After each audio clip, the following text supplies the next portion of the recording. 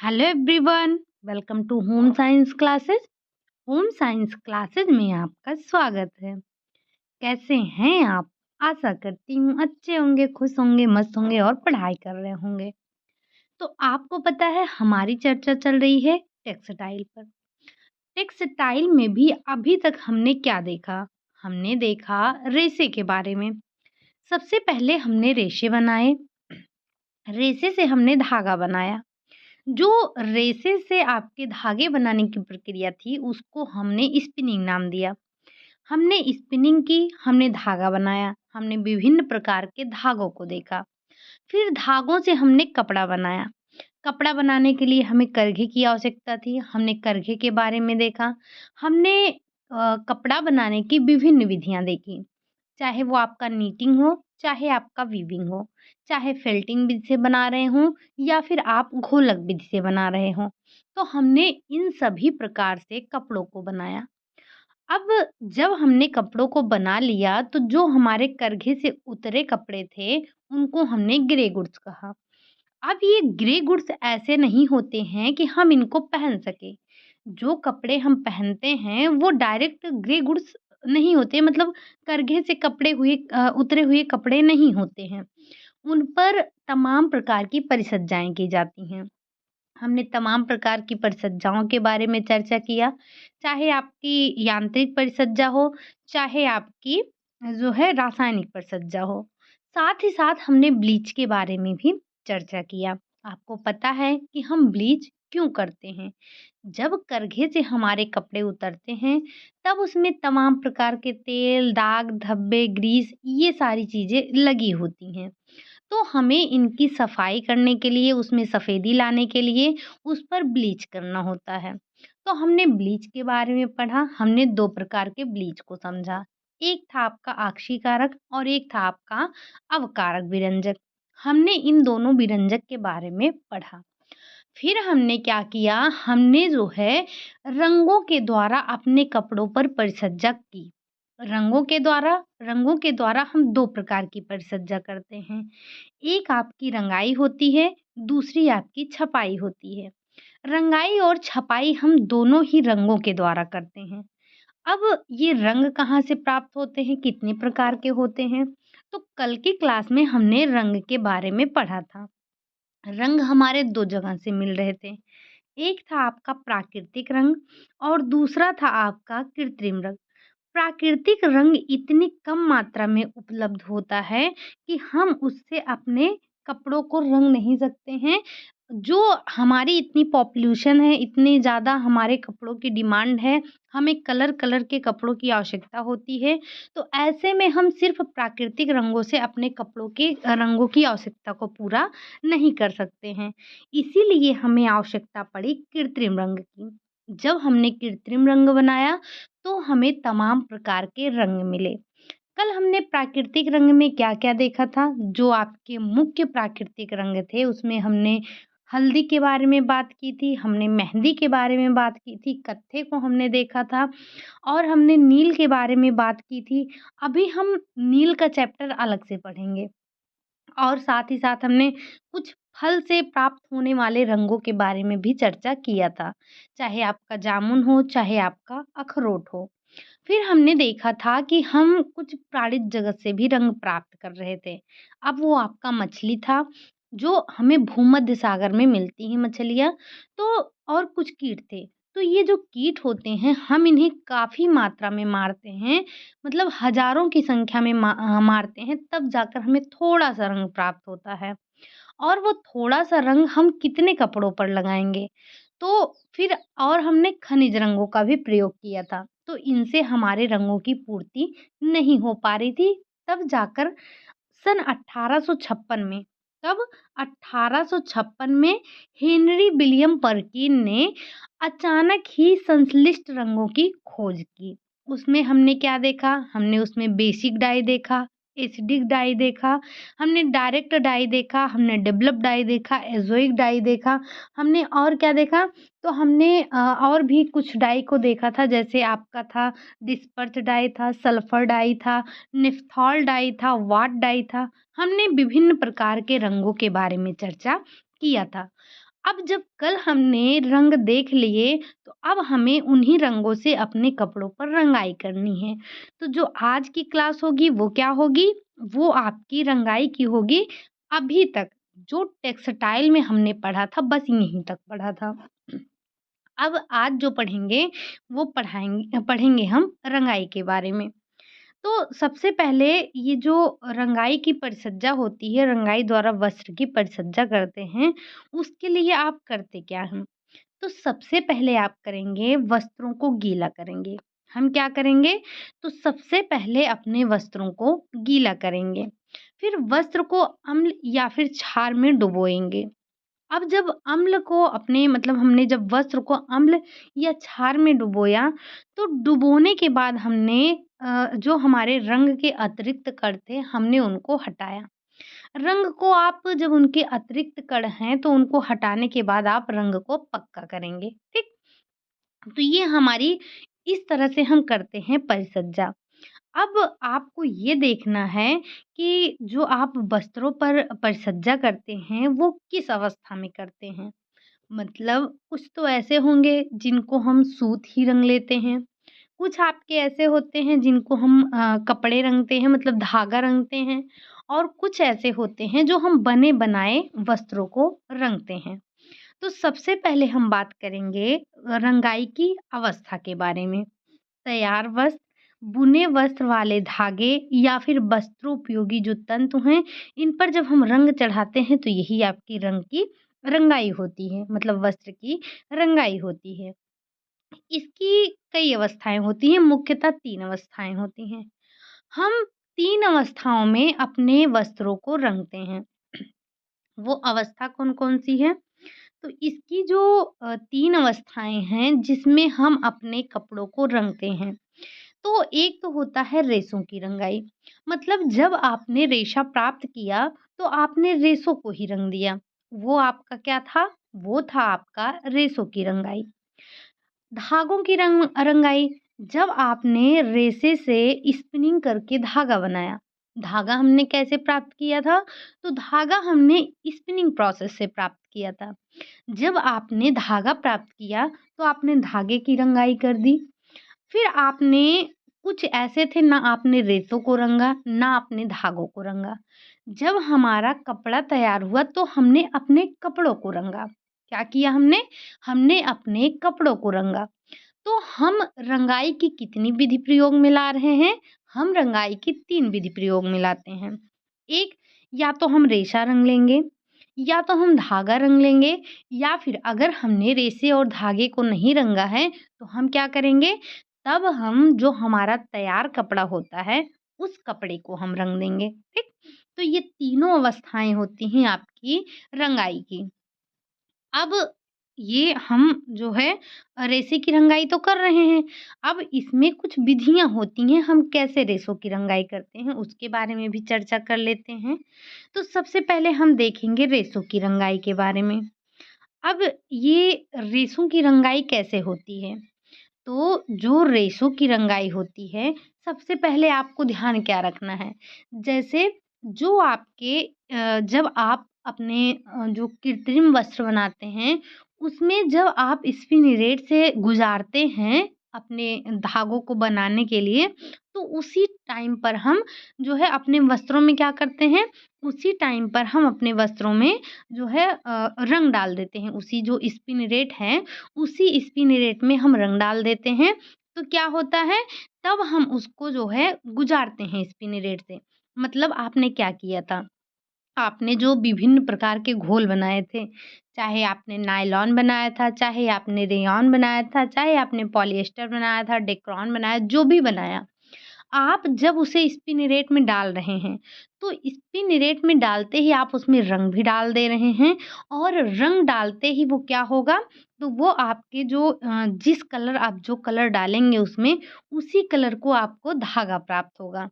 जैसे जो आप हमने बताया था स्पिनिरेट को आप सेवइयाँ बनाने वाली मशीन समझिए। तो अगर जैसे आपने सेवइयों में कुछ नहीं डाला है, तो जिस रंग का आपका आटा है, उसी रंग का तो आपको सेवइयाँ मिलेगी। लेकिन अगर वहीं आप आटे में कलर डाल रहे हैं, आपने आटे में कलर डाल दिया, उसके बाद आप उसको निकाल रहे हैं, तो आपको किस तरह की सेवइयाँ प्राप्त होगी? जैसे आपने रंग डाला है, अपने घोल में जिस तरह का आपने रंग डाला है, उसी तरह का आपको रेशा प्राप्त होगा। तो ये आपके रेशे की मतलब रेशे रंगने की विधि है। अब हम इन रेशों को 3 विधियों से रंगते हैं। हमारे रेशे रंगने की 3 विधियाँ हैं, ठीक? कौन-कौन सी हैं? तो वो आपकी है, एक टॉप डाई यानी कि टॉप रंगाई, दूसरा है आपका डॉप रंगाई, तीसरा है आपका स्टॉक रंगाई। तो जो टॉप रंगाई है, टॉप डाइंग की विधि है, इसमें आप सामान्यतः इस प्रकार की रंगाई बटे हुए जो आपके ब्रशेड ऊन होते हैं, उनको रंगने में करते हैं। यहाँ पर जो आपको दिया गया है कि कौन से विधि से किस ऊन की या किस रेशे की रंगाई होती है, आप इसको ध्यान रखिएगा। तो जो आपके टॉप डाइंग की विधि है, इसमें आप किसे रंगते हैं? तो जो ब्रशेड ऊन होते हैं, आप इनको रंगते हैं। टॉप ऐसे ऊन को कहते हैं जिसमें से छोटे तंतु पृथक करके मतलब अलग करने के लिए कंघी करने की प्रक्रिया से आप करते हैं और इनको सुलझाने के बाद इन्हीं से रस्सी के समान इनको बना लेते हैं। तो ये आपके टॉप कहलाते हैं। इन टॉप में छिद्र में चरखे पर लपेटकर आप रंगाई के घोल में इनको डुबो देते हैं। जो आपके आपने जो अभी बनाई है, क्या जो सूतों को आपने कंघी करके सुलझा कर आपने रखा है, इनको आप क्या करते हैं, तो इनको आप घोल में डुबो देते हैं। अब जब आपने रेशे को रंगा है, रेशे को रंगा है आपने, तो क्या होगा, तो इस पे जो रंग होगा वो एक समान चढ़ेगा।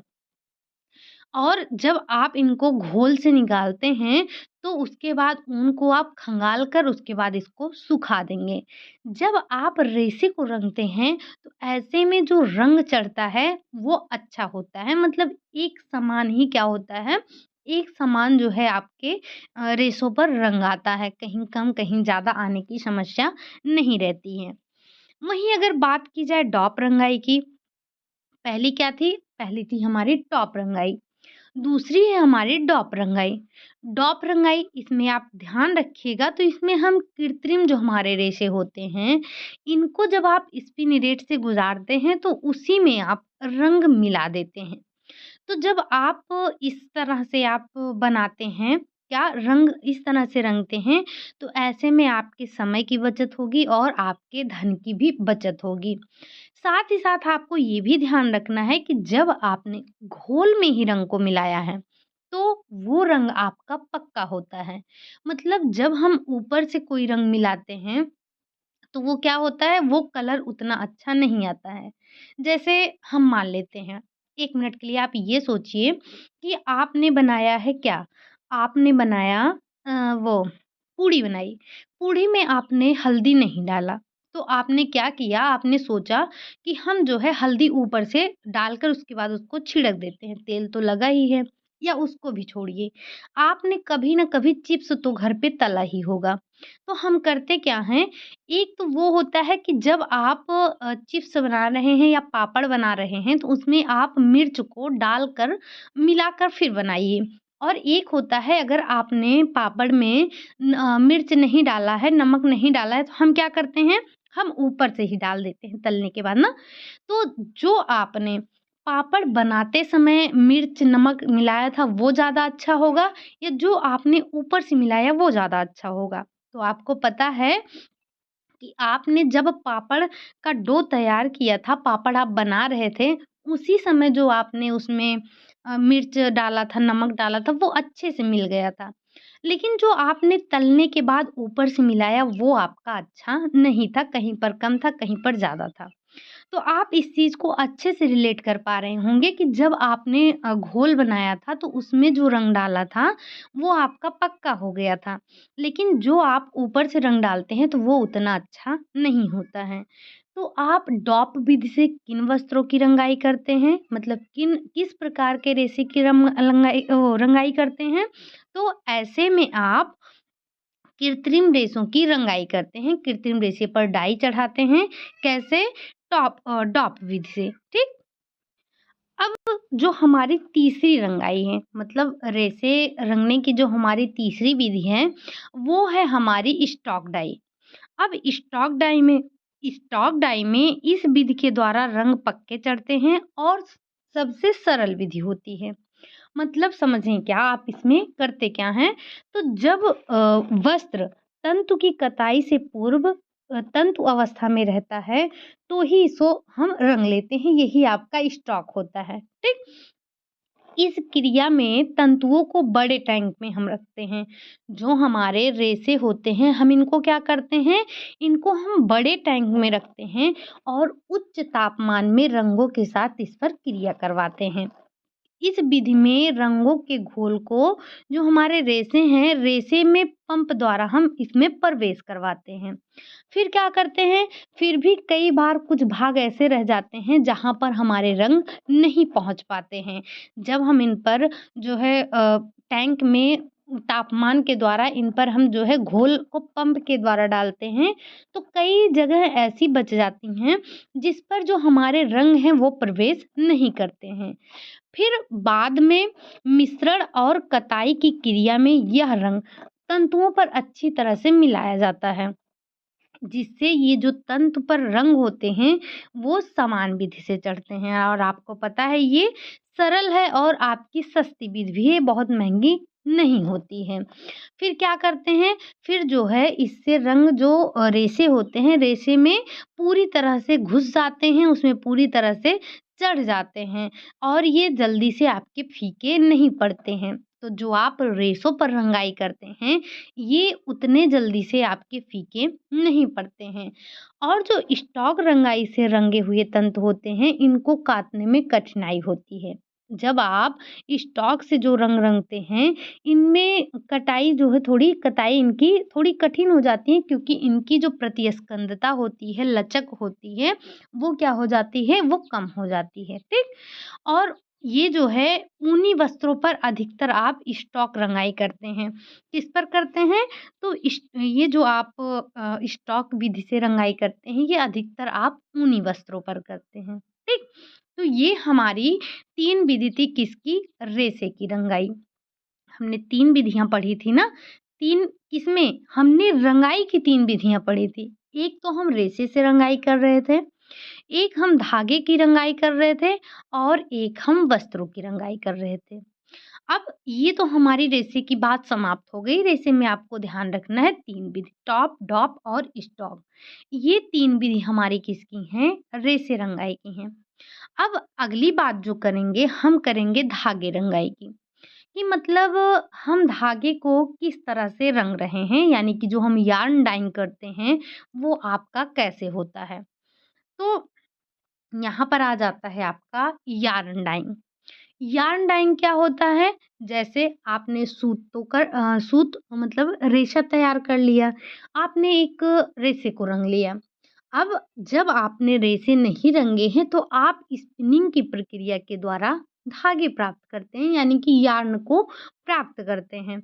तो जब तंत को काट कर सूत बनाने के बाद उसकी रंगाई की जाती है, तो उसे ही हम सूत रंगाई कहते हैं, या फिर उसे ही हम यार्न डाइंग कहते हैं। जब सूत को रंगने के लिए डुबोया जाता है, तो उसे चरखियों पर लच्छियों के रूप में रखा जाता है। इसीलिए कभी-कभी हम इसको क्या कहते हैं, कभी-कभी इसे हम लच्छी रंगाई भी कहते हैं। तो अगर आपसे सूत रंगाई या फिर लच्छी रंगाई पूछा जाए, तो बात एक ही होती है। ठीक।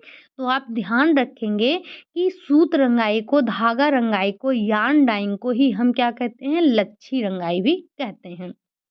इसमें आप रंगाई का घोल सूत के अंदर में आप प्रविष्ट करवाते हैं और इस प्रकार रंग के प्रवेश की दृष्टि से ये विधि आपकी स्टॉक जो रंगाई हमने देखी थी उसी के समान होती है। अभी अभी हमने क्या देखा था?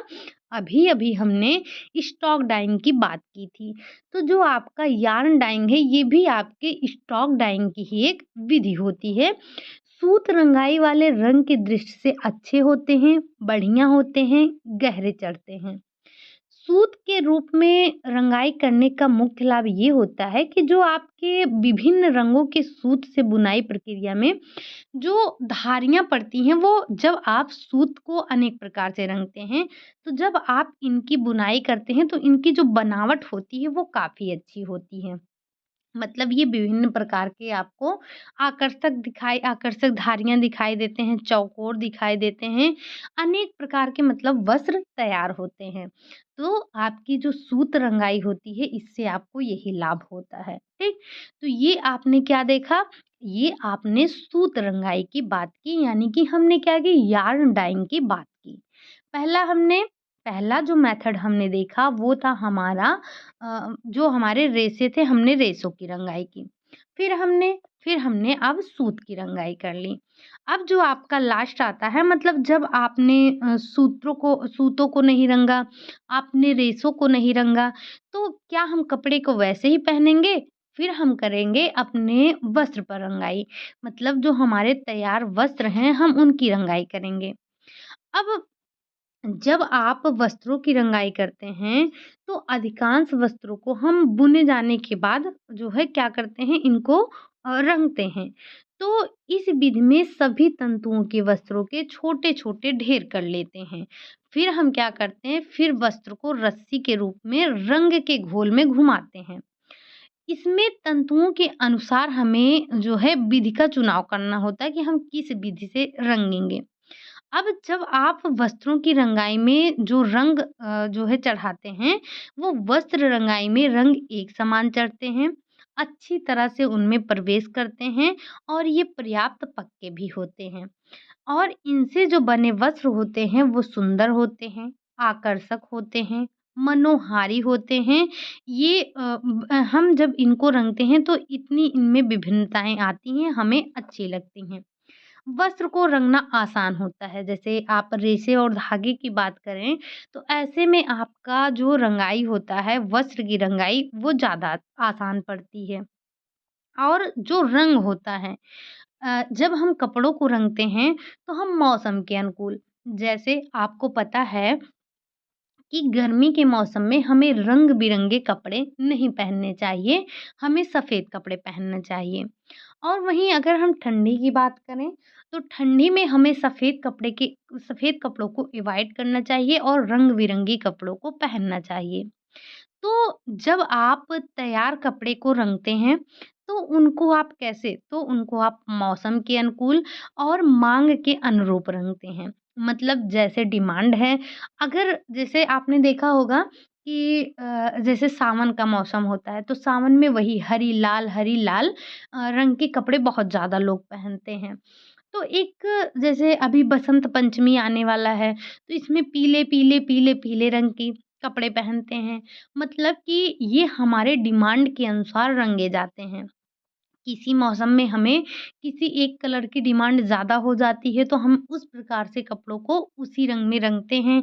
या फिर मौसम के अनुकूल देखा जाए, अगर गर्मी का मौसम है, तो हम सफ़ेद कपड़ों को ज़्यादा प्रेफ़र करते हैं, सफ़ेद कपड़े हम ज़्यादा पहनने की कोशिश करते हैं। तो ऐसे में गर्मी के मौसम में आपके सफ़ेद रंग की माँग बढ़ जाती है। वहीं ठंडी में देखा जाए, तो कलरफुल कपड़े हम पहनते हैं, तो हमारे जो कलरफुल मतलब विभिन्न प्रकार के रंगों की माँग बढ़ जाती है। तो जब हम वस्त्रों पर रंगाई करते हैं, तो ये हमारे मौसम के अनुसार और माँग के अनुरूप हम इस पर रंगाई करते हैं। जिस समय में जिस रंग की माँग ज़्यादा होती है, उसकी आप रंगाई ज़्यादा करते हैं। तो ये हमारी रंगाई विधि थी। हमने कल क्या देखा था? हमने कल रंग के बारे में देखा था कि ये जो आपके रंग होते हैं, ये कितने होते हैं। तो हमने कुछ प्राकृतिक रंगों के बारे में बात किया था और कुछ आपके कृत्रिम रंगों के बारे में बात किया था। वहीं आज हमने रंगाई की 3 विधियों के बारे में देखा। एक हमने रेशे से रंगाई देखा, एक हमने धागे से रंगाई देखा और हमने तैयार कपड़े की रंगाई देखी। अब कुछ और हमें देखना है क्या? जैसे तैयार वस्त्र की रंगाई की प्रक्रिया। जो आपके तैयार वस्त्र होते हैं, उन पर रंगाई की प्रक्रिया क्या होती है? किस प्रकार से आप इन पर रंगाई करते हैं? तो हमने आपको बताया कि कपड़े के अनुसार जो है रंगाई की प्रक्रिया अपनाई जाती है। तो जिग रंगाई सबसे पहले हम बात करेंगे किसकी? सबसे पहले हम बात करेंगे जिग रंगाई की। अब ये रंगाई क्या है? तो जिग आपका एक यंत्र है, इसके द्वारा जब हम रंगाई करते हैं तो ये आपकी जिग रंगाई कहलाती है।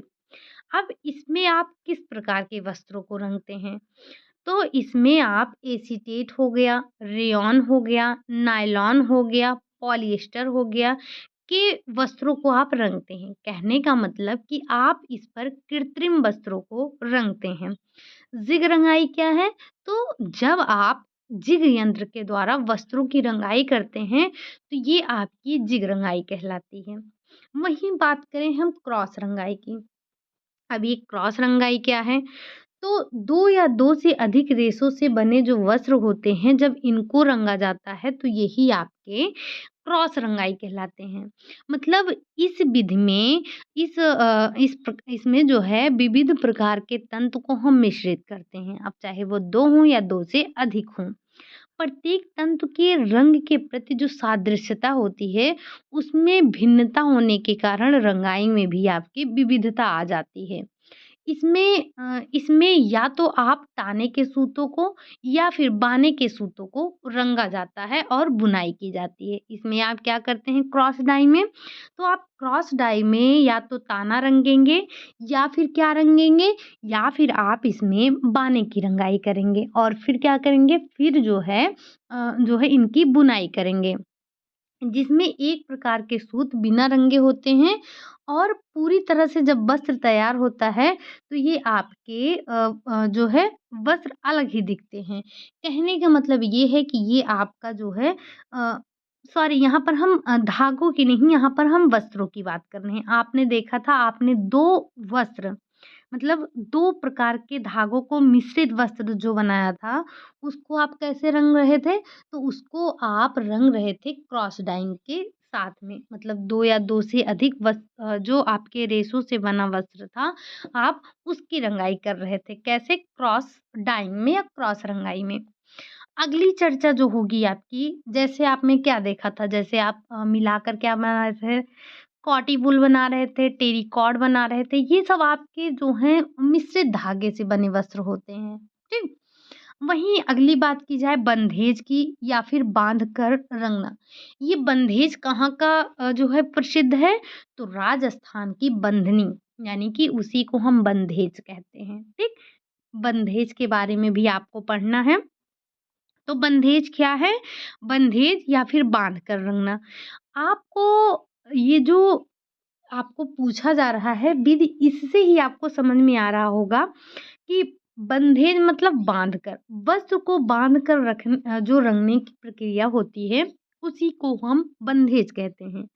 आपने देखा होगा जो राजस्थान की बंधनी है उस पर किस तरह से गोल गोल नमूने बनते हैं। मतलब हम उनको क्या करते हैं, उनको हम बांध कर फिर उसके बाद उसकी डाइंग करते हैं, उस पर रंगाई करते हैं। वहीं अगली बात की जाए रिल की। रिल जो आपकी रिल रंगाई है ये क्या होती है? जो आपकी रिल रंगाई है ये सबसे प्रचलित विधि होती है। रंगने से पहले वस्त्र के दोनों सिरों को बांध लिया जाता है। हल्के वजन के वस्त्र के लिए रिल रंगाई का प्रयोग करते हैं।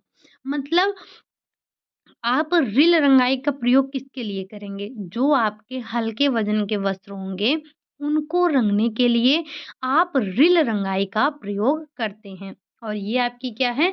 ये आपकी सबसे प्रचलित विधि है और रंगने से पहले आप इनके दोनों सिरों को बाँध लेते हैं, ठीक? अब वहीं बात की जाए आपके संयुक्त रंगाई की। संयुक्त रंगाई में क्या करते हैं? तो विभिन्न वर्ग के रेशों को निर्मित वस्त्र को रंगते हैं। मतलब जो विभिन्न वर्ग के आपके रेशे होते हैं, उनको रंगने के लिए आप संयुक्त रंगाई का प्रयोग करते हैं। संयुक्त का मतलब ही होता है मिलना। संयुक्त मतलब जो आपके विभिन्न प्रकार के रेशों से निर्मित वस्त्र होते हैं, 1 रेशे 2 रेशे से नहीं। कई रेशों से निर्मित वस्त्र होते हैं, उन्हीं को आप संयुक्त रंगाई के द्वारा रंगते हैं। तो ये हमारी 5 विधियाँ थी जो आप तैयार वस्त्र पर रंगाई करते हैं, ठीक? हमने देखा क्या-क्या था, एक था आपका संयुक्त रंगाई, रंगाई, बंधेज रंगाई और आपने देखा था क्रॉस और जिग रंगाई के बारे में, ठीक? तो ये हमारे क्या थे, ये हमारे रंगाई की विधियाँ थी। अब आप जब रंगाई कर रहे हैं, तो रंगाई करते समय कुछ आपको बातों का ध्यान होना चाहिए। कैसे? जैसे रंगाई से पहले आपको कुछ बातों का ध्यान रखना चाहिए। कोई भी कार्य अगर आप कर रहे हैं, तो उसमें उसके लाभ-हानि या फिर उसके जो कुछ न कुछ उसके बारे में पता होना चाहिए। जैसे जैसे आप कोई एग्ज़ाम ही देने जा रहे हैं, तो एग्ज़ाम हॉल में पहुँचने से पहले आपको कुछ बातों का ध्यान रखना चाहिए। जैसे जैसे जो आपको एडमिट कार्ड मिला है, उसको ध्यान से पढ़ लें। अपने जो सेंटर दिया गया है, सेंटर को अच्छे से देख लें। आपको जो है वहाँ पर कितने बजे पहुँचना है, उसको आप देख लें। आप किस तरह से वहाँ पर पहुँचेंगे, ये सारी चीज़ें आप देखते हैं एग्ज़ाम देने जाने से पहले। तो वैसे ही जब आप रंगाई कर रहे हैं, तो रंगाई के समय आपको कुछ बातों का ध्यान होना चाहिए। जैसे सबसे पहले आपको रंग का सही चुनाव करना चाहिए। रंग का सही चुनाव मतलब किसी भी वस्त्र की रंगाई के लिए सबसे पहले आपको रंग का चुनाव करना चाहिए, रंगों को खरीदना चाहिए। वस्त्र की प्रकृति को ध्यान में रखकर ही आपको रंगों का चुनाव करना चाहिए। आपने देखा कि कुछ रंग हमारे थे जो एसिडिक नेचर के थे, कुछ बेसिक नेचर के थे, कुछ आपके ऐसे रंग थे जो मतलब जिन्हें आप कृत्रिम वस्त्रों पर ही प्रयोग कर सकते थे। कुछ ऐसे थे जिन्हें आप ऊनी वस्त्रों पर प्रयोग कर रहे थे। तो उसको आप रंग खरीदने से पहले इनको आपको ध्यान होना चाहिए कि सूती वस्त्र के लिए आपको कौन-सा रंग उपयुक्त होगा, ऊनी वस्त्र के लिए या फिर हम बात कहें इस रेशमी वस्त्र के लिए कौन-सा रंग उपयुक्त होगा। तो इन सभी बातों को ध्यान में रखकर हमें रंग का चुनाव करना चाहिए। आपको पता है कि बाज़ार में हमें डिब्बे बंद रंग मिलते हैं, तो उन पर स्पष्ट रूप से लिखा होता है कि ये जो आपका कलर है किसके लिए है, ठीक? तो हमें इस बात को सबसे पहले कपड़े को रंगने से पहले हमें रंग का सही चुनाव करना चाहिए। कहीं ऐसा ना हो कि जो आपके कॉटन के लिए उपयुक्त है, वो आपके वूल के लिए उपयुक्त नहीं है और आपने दोनों ही रंग एक पर डाल दिया, ठीक? तो हमें सबसे पहले रंगों का चुनाव करना चाहिए। दूसरा दूसरा आपको डिब्बे पर लिखे निर्देश को पढ़ना चाहिए। डिब्बे पर लिखे हमने आपको बताया कि आपको पता है जब आप रंग लेने जाते हैं तो डिब्बे में मिलता है और डिब्बे पर कुछ निर्देश दिए होते हैं। आप चाहे बात कर लें खाने-पीने की चीज़ को या फिर आप बात कर लें रंगाई-पुताई की चीज़ को, तो जो आपका डिब्बा होता है उस पे कुछ लेबल लगे होते हैं और लेबल पे आपको कुछ निर्देश दिए होते हैं। तो रंग के सही चुनाव कर लेने के बाद जो आप डिब्बा लेंगे उस पे कुछ निर्देश दिए होते हैं, उन निर्देशों को आपको ध्यानपूर्वक से पढ़ना चाहिए और समझना चाहिए कि इस पर क्या दिया गया है। उसके बाद क्या करेंगे उसके बाद आप जब आप रंग ले आए, आपने जो है डिब्बे पर दिए निर्देशों को भी पढ़ लिया, फिर आप करेंगे रंगाई से पूर्व की समुचित तैयारी। अब ये रंगाई से पूर्व की समुचित तैयारी क्या होती है? तो रंगाई की क्रिया वास्तव में करना जो है इस करने से पहले इस पे बहुत सारी क्रियाएँ करनी होती हैं। जैसे इसके लिए अगर वस्त्र मैला है, तो पहले आप उसको ब्लीच वगैरह करके उसकी साफ-सफाई कर लें। यदि वस्त्र में फैंसी बटन हैं या जो कोई भी चीज़ लगा है, जो अगर फैंसी कपड़े हैं, तो उन पे से उन सबको निकाल लेना है, फिर आपको कलर करना है। यदि वस्त्र पहले भी रंगा जा चुका है, तो पुनः रंगने से पहले उसे अच्छी तरह से आपको साफ करना चाहिए, मतलब कि ब्लीच कर देना चाहिए, उसके बाद ही उसको रंगना चाहिए। आपको पता होगा कि अगर आप कहीं मार्केट में जा रहे हैं और आपके पास आप कोई एक विशेष कलर का दुपट्टा माँग रहे हैं। दुपट्टा नहीं होता है तो दुकानदार आपको थोड़ी देर में बोलता है, थोड़ी देर में दे देंगे। तो वो करता क्या है? तो जो आपके पास जैसे आपको चाहिए रेड कलर का दुपट्टा और उसके पास है कोई ग्रीन हुआ या पिंक हुआ, कुछ ऐसा कलर का दुपट्टा है, तो वो क्या करता है सबसे पहले उस दुपट्टे को ब्लीच करता है, फिर उसके बाद जिस तरह से आपको कपड़ा जिस रंग को आपको दुपट्टा चाहिए होता है, उस तरह का वो रंग चढ़ा देता है और आपको दे देता है। तो आपको सबसे पहले इन सारी चीज़ों की तैयारी कर लेनी चाहिए कि आपको जो उसमें दाग धब्बे लगे हों उनको छुड़ा लेना चाहिए। अगर पहले रंगा जा चुका है तो उस पर ब्लीच अच्छे से कर लेनी चाहिए ताकि आप जब दोबारा रंग चढ़ाएँ तो रंग एक समान चढ़े, उस पर कहीं आपको दाग धब्बा नज़र ना आए। वस्त्र को इस तैयारी के साथ ही साथ रंगाई की आपको अन्य जो सामग्री हैं उनकी भी तैयारी करनी चाहिए। आपको जिस पात्र में रंगना है वो आपके पास वो पात्र होना चाहिए, डुबोने के लिए पात्र होना चाहिए, धुलने के लिए पात्र होना चाहिए। आपको रंग किससे हिलाना है वो लकड़ी चाहिए, रंग डालने के लिए चम्मच, तो मतलब सारी व्यवस्थाएँ आपको करनी चाहिए। जैसे आप घर पे पेंटिंग करते हैं, रंगाई तो नहीं कर रहे हैं, लेकिन आप सोचिए अगर आप पेंटिंग कर रहे हैं, तो आपको किन-किन चीज़ों की आवश्यकता पड़ सकती है, तो वो सारी चीज़ें आपके पास होनी चाहिए। पानी होना चाहिए, उसमें मिलाने के लिए लिक्विड जो होता है वो होना चाहिए, ब्रश होना चाहिए, सफाई के लिए उसको पोंछने के लिए कुछ सामान चाहिए, अगर आपको कुछ रसायन की आवश्यकता है तो वो होना चाहिए। मतलब ऐसा ना हो कि आप रंगने बैठे हैं और आपके पास सामान ही गायब है। तो रंगाई से पहले आपको इन सारी बातों का ध्यान होना चाहिए, ठीक? तो ये हमारा जो चैप्टर था आज, ये था पूरा रंगाई का। आज हमने रंगाई पढ़ा है, कल हम पढ़ेंगे छपाई के बारे में। छपाई का चैप्टर भी आपका है तो आपको उसमें कुछ प्रमुख छपाइयों को ध्यान रखना है, कल हम उस पर चर्चा करेंगे। तो आप में से जिन लोगों ने भी अभी तक ये टेक्सटाइल की आज पहली बार देख रहे हैं क्लास, इससे पहले आपकी 20 क्लासेज़ हो चुकी हैं, उसको देख लीजिए। और जिसने भी अभी टेलीग्राम नहीं जॉइन किया है, तो टेलीग्राम आप जॉइन कर लीजिए। वहाँ पर रोज़ रात 9 बजे आपको क्विज़ मिलती है, तो वहाँ से आप क्विज़ करके अपनी प्रैक्टिस को और भी मज़बूत बना सकते हैं। तो वहाँ पर अगर आपके लिए 10 क्वेश्चन आता है, तो उस 10 क्वेश्चन को ही सॉल्व करना चाहिए, उसमें आपको पैसा नहीं लगता है, बस मुश्किल से आपका 5-6 मिनट लगता है। 5-6 मिनट मैं ज़्यादा बता रही हूँ, लेकिन आपका बहुत कम समय लगता है और आप उसी समय में आसानी से सारे क्वेश्चन को कर सकते हैं। ठीक? तो आप टेलीग्राम ज़रूर जॉइन कर लीजिए, लिंक आपको डिस्क्रिप्शन में मिल जाएगा, कहीं खोजने जाने की आवश्यकता नहीं है। अब आप सोच रहे होंगे कुछ लोग ऐसे भी होंगे जो आप सोच रहे होंगे डिस्क्रिप्शन कहाँ है? कुछ लोग ऐसे हैं जिनको नहीं मिल रहा है, तो आप जब फ़ोन को इस तरह से आपने रखे हैं, यहाँ पर आपकी क्लास चल रही है, यहाँ पर आपका लोगो है, यहाँ पर आपको सब्सक्रिप्शन का बटन मिल रहा होगा, यहीं पर आपको कुछ लिखा-लिखा सा है जहाँ पर टीजीटी, पीजीटी वगैरह लिखा गया है, वहीं पर आपको मोर का ऑप्शन मिलेगा, मोर के ऑप्शन पर आप क्लिक करेंगे तो आप डिस्क्रिप्शन में पहुँच जाएँगे और वहाँ आप जाकर टेलीग्राम को जॉइन कर सकते हैं और रोज़ रात 9 बजे आपको वहाँ पर क्विज़ मिलती है। और आप में से जो लोग अभी तक के पुराने पीडीएफ को चाहते हैं, टेलीग्राम पर ही आपको एक ग्रुप का लिंक मिल जाएगा, वहाँ से जॉइन होकर आप पूरे 1 साल तक उस ग्रुप में जुड़ सकते हैं, ठीक? और वहाँ से अपने पूरे 1 साल तक जो भी आपका पीडीएफ जाएगा या पिछला हो चुका है, वो सारा आपको वहाँ पर मिल जाएगा और वहाँ से आप जितनी बार मर्ज़ी उतनी बार पढ़ सकते हैं, नोट्स बना सकते हैं, चाहे आप सिर्फ़ पढ़ ही सकते हैं, जो आपकी मर्ज़ी हो, वो कर सकते हैं, ठीक? चलिए तो बस आज के लिए यही इतना रखते हैं।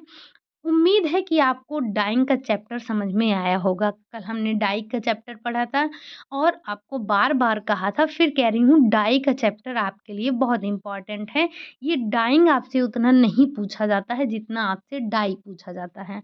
मतलब डाई के बारे में जितना डाई से आपसे क्वेश्चन पूछता है, उतना आपसे रंगाई से नहीं पूछता है। रंग आपसे कई बार पूछे जाते हैं, चाहे उसकी घुलनशीलता पूछी जाए, उसकी अघुलनशीलता पूछी जाए, उसके घुलनशील बनाने वाले जो आपके पदार्थ हैं उनके बारे में पूछा जाए, तो आपसे वहाँ पे बहुत सारे क्वेश्चन पूछे जाते हैं।